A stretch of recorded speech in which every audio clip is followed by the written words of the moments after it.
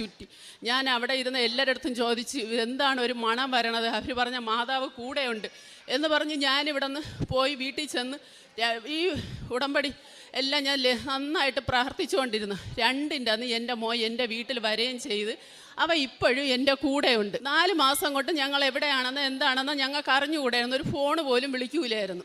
രണ്ടാമത് എനിക്ക് കിട്ടിയത് 9 വർഷം കൊണ്ട് ഞാൻ നടന്നു പോയ വഴിക്ക് എൻ്റെ കാലിൻ്റെ പാത ഒന്ന് തെന്നി 2 ഓപ്പറേഷൻ കഴിഞ്ഞ് ഞാൻ മൊണ്ടിയാണ് ഞാൻ നടന്നുകൊണ്ടിരുന്നത്.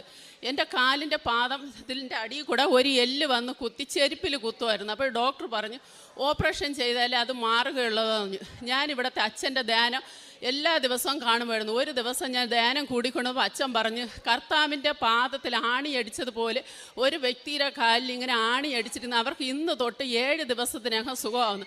അതുപോലെ എൻ്റെ കാല് നല്ല ശക്തിയായിട്ട് സുഖമായി. എനിക്കിന്ന് ഓടാൻ ചാടാൻ എന്ത് വേണമെങ്കിലും ചെയ്യാം.